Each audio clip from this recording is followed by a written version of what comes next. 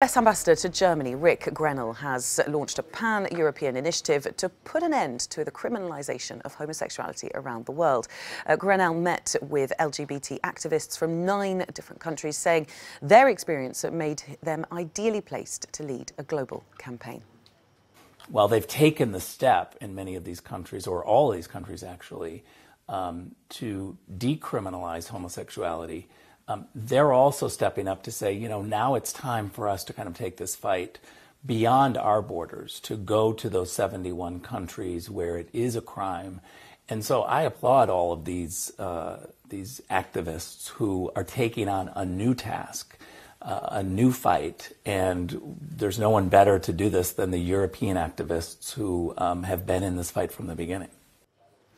Well, Grenell was speaking to NBC News' Josh Lederman. Josh joins us now from Berlin. Good morning to you, Josh. What concrete terms are being proposed in this initiative? Belle, many of the details here are still coming together, but Ambassador Grenell tells us that he plans to work with these European activists to enlist their own governments as well as international organizations such as the United Nations, the OSCE, and of course the European Union to try to get them on board to build pressure on these some 71 countries that still have laws on the books that outlaw homosexuality. They also plan to invoke the Universal Declaration on Human Rights, which is a UN document that all of these countries that have these laws have actually signed on to. And on the United States side, Grenell tells us that he has been speaking with U.S. lawmakers about trying to use U.S. economic aid, foreign aid, as leverage to essentially tell countries, if you want to continue receiving aid from the United States, you would need to change your laws to bring them into the 21st century.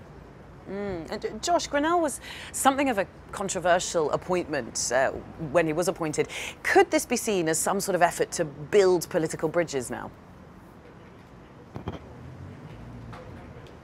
That's right, Belle. He's certainly ruffled a lot of feathers here in Europe with his harsh comments about the Iran deal, about the Nord Stream 2 deal, and other U.S.-Europe issues. I do think this is partially an effort by Grenell to try to find areas of common agreement with Europe where they can work together as opposed to against each other, particularly on the issue of Iran, where the United States has really struggled to find common ground with European countries that are so upset about President Trump's withdrawal from the nuclear deal and his urging of European countries to reimpose sanctions. So by reorienting this discussion around gay rights, something that obviously enjoys broad support both in Europe and the United States, it allows the U.S. and Europe to focus on something that is more positive. But we'll have to see whether that's enough to smooth over some of the other tensions in the relationship with Grenell.